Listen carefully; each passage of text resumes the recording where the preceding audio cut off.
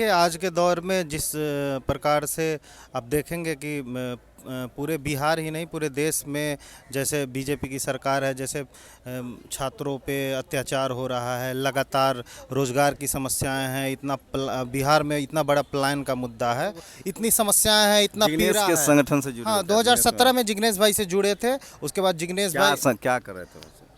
2017 में एक्चुअली जिग्नेश भाई को हमने देखा, वो लगातार ऊना आंदोलन हुआ, उससे निकल के आए और पूरे देश के अंदर माइनॉरिटी पे SC ST OBC के ऊपर जो भी चीज़ें हो रही थी, उनके साथ अन्याय हो रहा था, तो जिग्नेश भाई जैसे लोग मुखर होकर आवाज़ उठा रहे थे एकदम। देखिए, मैं महिला होने के नाते मैं महिलाओं की बात करूंगी कि चाहे वो किसी भी समाज में महिला सबसे ज़्यादा शोषित है, चाहे वो किसी तो सवर्ण महिलाओं को तो आरक्षण मिल गया है सवर्ण महिलाओं को मिला है, संसद में। लेकिन आप देखिए कि जो दलित महिला जो होती हैं, जो खेत में जाकर रोपनी का काम करती हैं या महिलाओं की मजदूरी का बात करें काम हम तो सवर्ण महिलाओं की स्थिति तो अच्छा लेकिन रिप्रेजेंटेशन। अगर आप घर में उनकी स्थिति को जाकर देखेगा तो अभी भी उनके साथ तो शोषण ही होता ही है, उनके साथ अत्याचार होता ही है। वो तो MP MLA बन रहे हैं। डिसीजन मेकिंग में उनका कहाँ अधिकार है? आप देख लीजिए, जितनी भी महिला अगर MP भी बन पाती है, MLA बन पाती है, क्या वो अपना खुद से डिसीजन ले पाती है? अगर कोई उनसे मिलने भी जाता है तो उनके पति से मिलना पड़ता है, तो क्या वो एक मुखौटा बन के रह गई हैं? या आप जितने भी अगर सर्वे भी कीजिएगा उन महिलाओं को पर आप कह रही कांग्रेस में जो महिलाएं MP MLA हैं, नेता हैं, वो मुखौटा हैं, उनको पति नहीं, फैसले लेकिन मुझे करते हैं। लगता है कि और मजबूती से महिलाओं को निकलना चाहिए, जो खुद में जो सशक्त हो, जो अपने सवालों को समझती हो, जो उनके लिए जो काम होना चाहिए उन चीज़ों को वो एक कठपुतली के SC तौर ST पे OBC के लेकर कोई राय नहीं है आपकी? नहीं, बिल्कुल ST SC OBC जो महिलाएं हैं वो कितनी ज़्यादा प्रताड़ित है। आप देखिए ना कि मतलब आज के समय में जब इतना टेक्नोलॉजी जब आए, AI का ज़माना आ चुका है, इसके बावजूद भी जब आप गांव में जाएंगे, जब मुसहर टोली में जाएंगे तो अभी भी देखेंगे कि वहाँ की महिलाएं जो है वो घर का काम कर रही हैं, वो जाकर रोपनी का काम कर रही हैं, मजदूरी कर रही हैं 200-300 पे। तो अभी भी महिलाओं की स्थिति बहुत बुरी है, वो अपना नाम लिखना तक नहीं जानती हैं। वो नहीं, स्कूल सोफिया का कुरैशी भी है, बेउमिका सिंह भी है, एक मुस्लिम है, एक दलित समाज से हम आंकड़ों पर तो बात करें, हम मानते हैं कि कुछ महिलाएं हैं जो मतलब ऊंचा स्थल अब प्राप्त कर चुकी है, लेकिन फिर भी अगर हम बड़े तौर पे देखें तो एक बहुत बड़ी आबादी है जो उन कांग्रेस में संसाधनों लगता है का- कि कुछ बिल्कुल, संभावना मुझे है। लगता है कि राहुल गांधी जी जिस तरह से बार बार युवा छात्र महिलाओं के मुद्दों को उठाते हैं, पिछड़ा दलित मुस्लिम हर समुदाय के जो सवालों को उठाते हैं, मुझे पूरा भरोसा है कि जब सरकार आएगी तो वो हम लोगों के लिए काम करेंगे। जो कांग्रेस लगातार एक नए बदलाव से गुजर रही है, जहां वो बीकर सेक्शन के जो युवा हैं, जो सोशल वर्क से जुड़े हैं, सामाजिक काम में लगे हुए हैं, उनको राजनीतिक भागीदारी दे रही है। ऐसे ही 3 खास युवा नेता हैं हमारे साथ। मनीष पासवान हैं, इन्होंने अभी कांग्रेस ज्वाइन किया है, इससे पहले ये जिग्नेश मेवानी के संगठन में काम कर रहे थे। रंजित पंडित हैं, जो बीकर सेक्शन से आते हैं, अति पिछड़े समाज से आते हैं। ये लगातार 10 साल के करीब हो गए आपको कांग्रेस में। और एक क्या नाम हुआ आपका? भाग्य भारती हैं, ये भी OBC समाज से हैं आप। तो लगातार SC ST OBC beaker section को लेकर कांग्रेस जो है वो ध्यान केंद्रित कर रही है, युवाओं को भागीदारी दे रही है। अभी राहुल गांधी ज्योतिबा फुले फिल्म देखने आ रहे हैं बिहार में पटना 15 को। उसके बाद वो लगातार जो SC ST या अति पिछड़े समाज के जो हॉस्टल हैं पूरे बिहार में उसका दौरा करेंगे। इसी से समझने की कोशिश करेंगे कि आखिर कांग्रेस की क्या प्लानिंग है और क्या राजनीति कर रही है। मनीष, कांग्रेस ज्वाइन किया, इससे पहले आप जिग्नेश मेवानी के साथ काम कर रहे थे। जी जी, देखिए आज के दौर में जिस प्रकार से आप देखेंगे कि पूरे बिहार ही नहीं पूरे देश में जैसे बीजेपी की सरकार है, जैसे छात्रों पे अत्याचार हो रहा है, लगातार रोजगार की समस्याएं हैं, बिहार में इतना बड़ा पलायन का मुद्दा है, तो इन सारे चीज़ों को देख के मुझे ऐसा लगा कि एक दौर था कि जब बाबू जगजीवन राम जी इसी कांग्रेस पार्टी में थे और उन्होंने दलित वंचित वर्गों के लिए बहुत काम किया। एक मिडिल क्लास वर्ग है जो उनका बड़ा योगदान है, उन्होंने काम किया। और दूसरी तरफ वो कांग्रेस पार्टी से जुड़े थे देश के आंदोलन में, और उसके बाद वो जो जातिवाद है, जो उत्पीड़न है, जो व्यवस्थाएं बनी हुई हैं, मनुवादी व्यवस्था, उसके खिलाफ भी वो आंदोलन कर रहे थे। तो मुझे ऐसा लगा कि नहीं, कांग्रेस पार्टी है जहाँ पे आप मतलब यहाँ पे स्पेस भी मिलता है, आप सामाजिक आंदोलन से भी जुड़ के समाज के मुद्दा को उठा सकते हैं और आपको पॉलिटिकल स्पेस भी दिया जा रहा है। आप ऐसे तमाम आप देखेंगे ऐसे लोग हैं, कन्हैया कुमार जी हों, जिग्नेश मेवानी जी हों, लगातार समाज में आंदोलन, बहुत ऐसे जो कांग्रेस पार्टी के अलावा आंदोलन होता है वो उसमें शामिल होते हैं, जनता की आवाज़ बनते हैं। तो आज के दौर में ऐसी कोई पार्टी नहीं है जो इतना स्पेस दे रही है। तो कांग्रेस पार्टी से सबसे बड़ा मतलब यही था कि मुझे कि नहीं, कांग्रेस पार्टी सही है और इस पार्टी के माध्यम से वंचित वर्ग के लिए हम लोग आवाज़ उठाएंगे, उनके लिए काम करेंगे, उनके समस्याओं पे आवाज़ उठाएंगे, उनके लिए हमेशा हर संभव सड़क से लेके सदन तक जो भी होगा हमारी पार्टी में हमारी जो भी भूमिका होगी हम लोग मजबूती से करें। थोड़ा अपने बारे में बताइए, पहले क्या करते थे, पढ़ाई लिखाई आप क्या कर रहे हैं और कैसे पहले क्या सामाजिक आंदोलन में कैसे जुड़े हुए? देखिए 2014 से थोड़ा सा पॉलिटिकल समझ हुआ था, तो उस समय धीरे धीरे हम लोग जुड़ने लगे थे, चीज़ों को देखने लगे थे। तो उसके बाद हम लोग बीच में बिहार में, पूरे बिहार में हम लोग घूमे, समाज के लोगों के बीच में रहें। ये सब ऐसे ही हुआ, ऐसा नहीं कि कोई प्लान था, ऐसे ही लोग, इतनी समस्याएं हैं, इतना पीड़ा के है। संगठन से जुड़े? हाँ, 2017 में जिग्नेश भाई से जुड़े थे। उसके बाद जिग्नेश भाई क्या कर रहे थे? 2017 में एक्चुअली जिग्नेश भाई को हमने देखा, वो लगातार ऊना आंदोलन हुआ, उससे निकल के आए और पूरे देश के अंदर माइनॉरिटी पे, SC ST OBC के ऊपर जो भी चीज़ें हो रही थी, उनके साथ अन्याय हो रहा था, तो जिग्नेश भाई जैसे लोग मुखर होकर आवाज़ उठा रहे थे, एकदम बिना डरे हुए आवाज़ उठा रहे थे। तो मुझे ऐसा लगा कि नहीं, जिग्नेश भाई के साथ जुड़ के काम करना चाहिए। उसके बाद हमने जिग्नेश भाई के साथ लगातार काम किया। दिल्ली में भी कई सारे आंदोलन हुए थे, तो वहाँ भी हम लोग शामिल हुए थे। बाकी हम लोग बिहार में हर जिला में एट्रोसिटी पे, तमाम मुद्दों पे हम लोग लोगों के बीच में ही रहे हैं और अभी रिसर्च स्कॉलर हैं, PhD भी कर रहे हैं और बाकी अपना सामाजिक राजनीतिक ये प्रोफेशन है, तो ये चल रहा है। रंजीत हैं, ये अति पिछड़े समाज से आते हैं। आपका जुड़ाव कब से हुआ कांग्रेस से और क्या रोड मैप तय किया आप लोगों ने चुनाव को लेकर? अभी कह रहे हैं हॉस्टल जाएंगे। असल में मेरा जुड़ाव 2021 में हुआ था और दिल्ली में ही हमारी ज्वाइनिंग हुई थी कन्हैया के साथ, क्योंकि एक साथ ही हम लोग पढ़े हैं। तो पहले लेफ्ट ऑर्गेनाइजेशन में हम काम करते थे, ऑल इंडिया स्टूडेंट फेडरेशन के प्रदेश अध्यक्ष थे। तो छात्रों के सवाल पे यहाँ संघर्ष जारी था, लेकिन हम लोग की एक समझ बनी कि यह जो संघर्ष है यह राष्ट्रीय स्तर पे होनी चाहिए। जिस तरीके से बीजेपी के हमला संविधान पे, लोकतांत्रिक मूल्यों पे लगातार किया जा रहा था, छात्रों पे, नौजवानों पे, सरकारी जो उपक्रम है, संस्थान, उसको ख़राब करने की कोशिश की गई, उसे निजी हाथों में बेची गई। तो हम लोगों को लगा कि यह जो लड़ाई है यह बड़ी लड़ाई है और बड़ी लड़ाई कांग्रेस के साथ ही रह करके लड़ी जा सकती है। तो हम लोगों ने फैसला लिया और कांग्रेस ज्वाइन किया। आपको अभी हम 2-3 अपना अनुभव बताते हैं कि किस तरीके से अभी की जो सरकार है कैसे हमला कर रही है और कैसे वह प्रोपगेंडा फैलाती है। अभी आप कुछ दिन पहले देखे होंगे कि जब बिहार के अंदर जातीय जनगणना हुआ, और ये अलग बात है कि उस जातीय जनगणना जो इसमें कुछ वैज्ञानिक तथ्यों को नहीं रखा गया, लेकिन बावजूद अगर हम उसको मानते हैं तो आप देखेंगे बीजेपी के लोग जो थे विरोध कर रहे थे जातीय जनगणना की, कि नहीं होनी चाहिए। लेकिन बाद में राहुल जी ने जब कहा कि जातीय जनगणना पूरे देश में होगी और यही सरकार करेगी, उस समय विरोध हुआ करता था, और आज यही सरकार, बीजेपी की सरकार, जातीय जनगणना कराने के लिए राजी हुई है। तो यह मानना पड़ेगा कि यह सरकार दलित विरोधी, आदिवासी विरोधी, पिछड़ा विरोधी, अति पिछड़ा विरोधी, महिला विरोधी, अल्पसंख्यक विरोधी है। यह साबित हो गया। तो यह सरकार प्रोपगेंडा करती है। आज अब यह जातीय जनगणना के जरिए प्रोपगेंडा करने का यह काम करेगी, जो हम लोगों को आशंका है। इसलिए हम कहते हैं कि अब वैज्ञानिक तरीके से हो, और जब वैज्ञानिक तरीके से होगी तो हिस्सेदारी की बात होगी। यही सरकार जो है लगातार संविधान को, बीजेपी के जो असंख्य के लोग थे उन्होंने संविधान जलाया था जब लागू हुआ था, तो यह संविधान नहीं मानते हैं। मोहन भागवत बिहार आए थे चुनाव के टाइम में, तो उन्होंने कहा था कि आरक्षण समाप्त होना चाहिए, और यही RSS आज यह चीज़ करने के लिए तैयार है। तो इसमें निश्चित तौर पे कुछ ना कुछ जो है आशंका हम लोगों को है कि यह गड़बड़ सरकार करेगी। इसलिए पिछड़े, दलित, आदिवासी, महिला, अल्पसंख्यक जो है उन्हें सावधान रहने की ज़रूरत है इस सरकार से। लेकिन हम यह भी कहेंगे कि यह जो है या काम कर रही जनगणना के तो हम कराएंगे, लेकिन कराने के बाद जो 100% भागीदारी है, जैसे कि आपको बताया कि अभी बिहार में जो जातीय जनगणना हुई, बिहार सरकार ने कराई, उसमें EBC 36% और OBC 27%, टोटल आप देखेंगे तो यह 63% हो जाता है।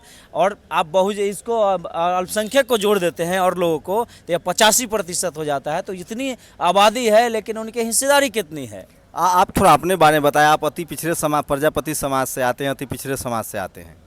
पढ़ाई लिखाई कितनी हुई है, क्या एजुकेशन है, बैकग्राउंड क्या है? देखिए, मैं एक छोटे परिवार से हूँ। मेरे पिताजी फार्मर है और कम्युनिटी मेरा प्रजापति है। तो हमारे जो पूर्वज थे मिट्टी का काम करते थे, तो स्वाभाविक तौर पे हमारे पास में लैंड प्रॉपर्टी हम लोगों के पास नहीं है। तो जीविका कहे मजदूरी करते हैं पिताजी, तो चलता है।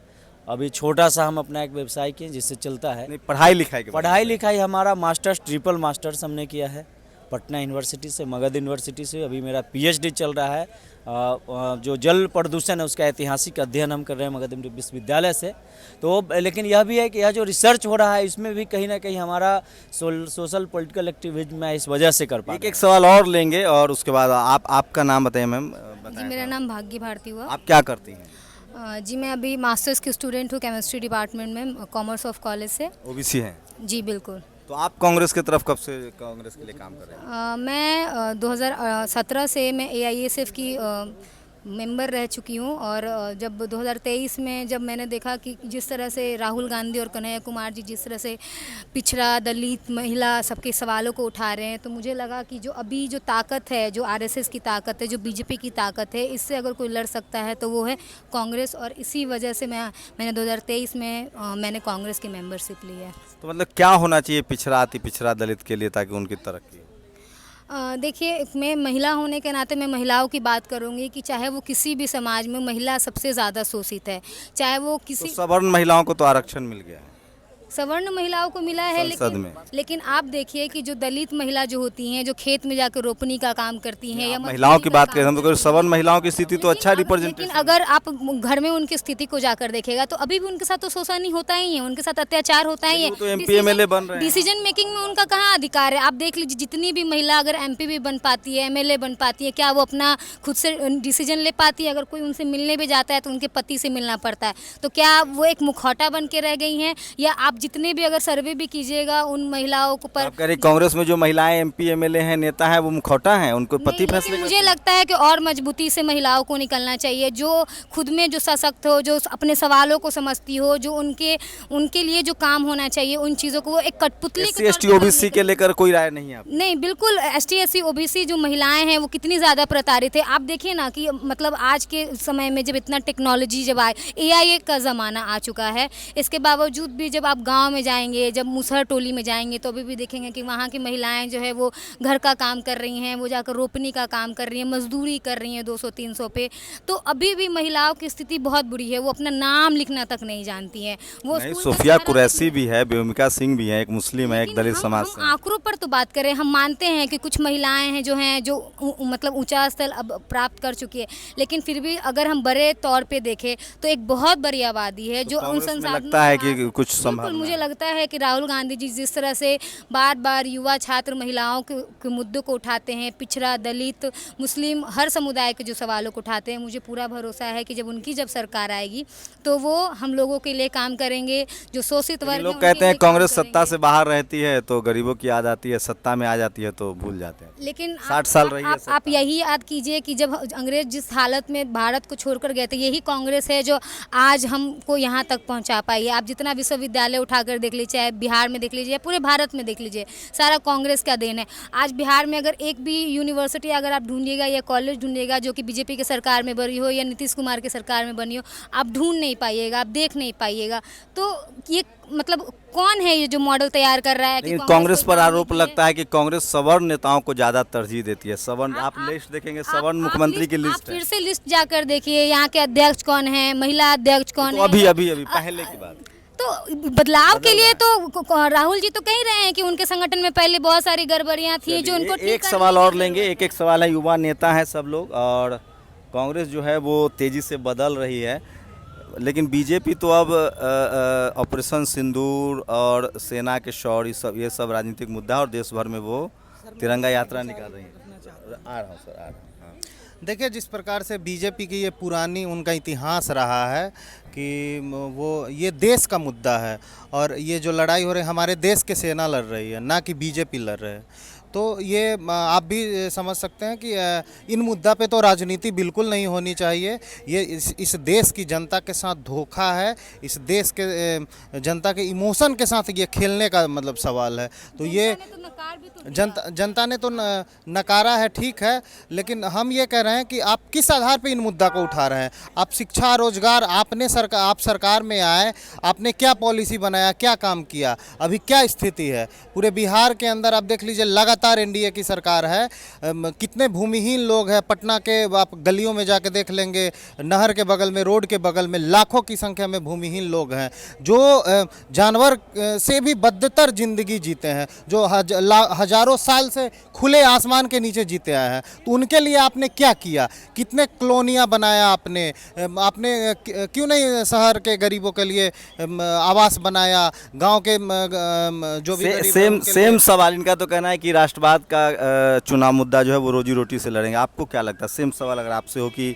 बीजेपी के पास अब शौर्य है, वो कह रहे हैं कि हम ऑपरेशन सिंदूर चलाया, हमने सर्जिकल स्ट्राइक किया है, पाकिस्तान को सबक सिखाया है, ये सब मुद्दा है। देखिए बीजेपी तो जानते हैं कि किस तरीके से इनके नेता जो हैं झूठ बोलते हैं। असल में जो कांग्रेस के शासनकाल में जब इंदिरा गांधी प्राइम मिनिस्टर थी तो पाकिस्तान को जिन 2 टूक इन्होंने जवाब दिया था, और कई जो विदेशी सरकार थी वह भी प्रेशर बनाने की कोशिश किया था। तो इंदिरा गांधी जी ने साफ साफ कहा था कि कोई दूसरे मुल्क जो है वह हमारे इस मामले में हस्तक्षेप नहीं करे, और इन्होंने पाकिस्तान का 2 खंडन किया, बांग्लादेश के तौर पे बनाया। तो मोदी जी कहते हैं कि 56 इंच का सीना है हमारा, और जब काम करते हैं तो बैक हो जाते हैं, जब कोई देश हस्तक्षेप करता है तो ये पीछे हट जाते हैं, और यह तिरंगा यात्रा मना रहे हैं। तो ये अपने आप में इनके लिए बड़ी बात है कि आप 56 इंच का सीना कहते हैं और बैक हो जाते हैं, अपनी कथनी करनी पे आप बोलते हैं, आप जो कहते हैं उसको जुमला कह देते हैं। तो इनकी जो तिरंगा यात्रा कर रहे हैं, तिरंगा यात्रा ठीक है, तिरंगा को हम सम्मान हम भी करते हैं, लेकिन यह जो यात्रा है मुझे लगता है कि यह कहिए कि जुमला वाली मैडम यात्रा। कैसे लड़ेंगी तिरंगा यात्रा से? बीजेपी तिरंगा यात्रा निकाल रही, कह रही कि हम इस ऑपरेशन सिंदूर को घर घर तक पहुंचाएंगे। ये जनता के बीच में बस ये सेंटिमेंट का खेल खेला जा रहा है कि किस तरह से बस जनता को मतलब उनके मतलब नेपोलियन बोनापार्टे का भी एक कथनी है, उन्होंने कहा है कि अगर आपको लगे कि पूरा जनता आपके खिलाफ आवाज़ उठा रही है, आपके नाकामयाबी को मतलब ये उजागर कर रही है, तो आप किसी दूसरे ऐसे मुल्क के साथ लड़िए, कोई छोटा मोटा ऐसे चिंदी टाइप का मुल्क चुन लीजिए और उसके साथ युद्ध कीजिए, ताकि सारी ताकत जो है उधर लग जाए और जनता भी आपको सहयोग करे। वही काम मोदी जी कर रहे हैं, नेपोलियन का जो कथनी है उसके ऊपर काम करें। वो जान रहे हैं कि किस तरह से राष्ट्रवाद के नाम पर ये बार बार जो राष्ट्रवाद कर कर हम सभी भाई बहनों को बीच में तोड़ रहे हैं, धर्म के नाम पर, जाति के नाम पे।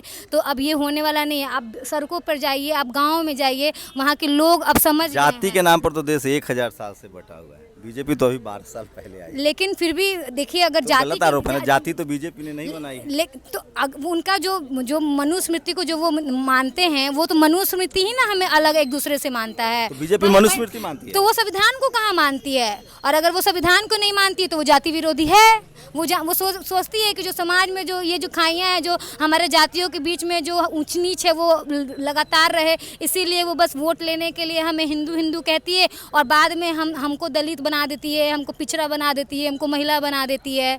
आप देखिए ना कि जब से मोदी सरकार आई है, अलग अलग जातियों के साथ आप मॉब लिंचिंग की बात करते हैं, आप दलितों के साथ उसके साथ कितना बात। ये इंटरव्यू में खास इसलिए दिखा रहा था कि कांग्रेस के बदलाव को महसूस कीजिए। कांग्रेस की नज़र ऐसे ही पढ़े लिखे बीकर सेक्शन के युवाओं पर है। ये जो मेरे साथ 3 युवा थे, एक शेड्यूल कास्ट कम्युनिटी से थे, दलित समाज से थे, एक अति पिछड़े समाज से हैं, प्रजापति समाज से, और एक महिला हैं जो ओबीसी समाज से हैं। कांग्रेस इसी तरह की नई राजनीति कर रही है और बिहार में इसका प्रयोग किया जा रहा है। बिहार सोशल जस्टिस की धरती है, इसलिए मैं इंटरव्यू दिखा रहा था कि कैसे जो बीकर सेक्शन के लोग हैं उनको मौका दिया जा रहा है, और ये एक बड़े बदलाव की प्रक्रिया से कांग्रेस गुजर रही है और राहुल गांधी इसको लीड कर रहे हैं।